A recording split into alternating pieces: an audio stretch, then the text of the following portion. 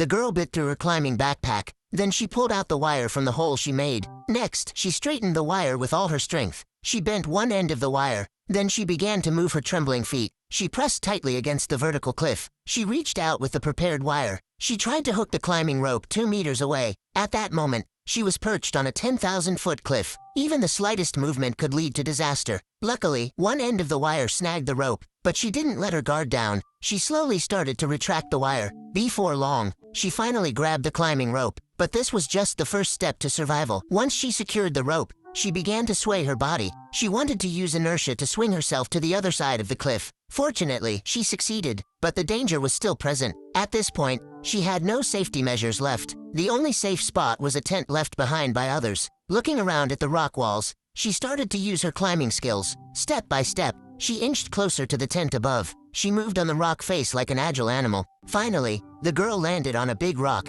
Just then, 3 murderers arrived above her. She had unknowingly recorded their crime, so they began searching for her everywhere. Although she was hidden by the rocks, the 3 soon spotted her. Realizing her position was exposed, the girl chose to stop climbing. The 3 said that if she handed over the video, they would pull her up. Then they tossed down a rope. But the girl wasn't foolish. She knew that once she gave up the video, they wouldn't let her live. So she decided to settle in place for now. First, she secured a carabiner to a rock overhead. Then she attached the discarded tent to it. In the end, she had a tent hanging in mid-air. Just like that, she finished setting it up. Then she crawled inside. After making sure the tent was stable, she thought she could rest easy for the night. But above her, the 3 brought something with them.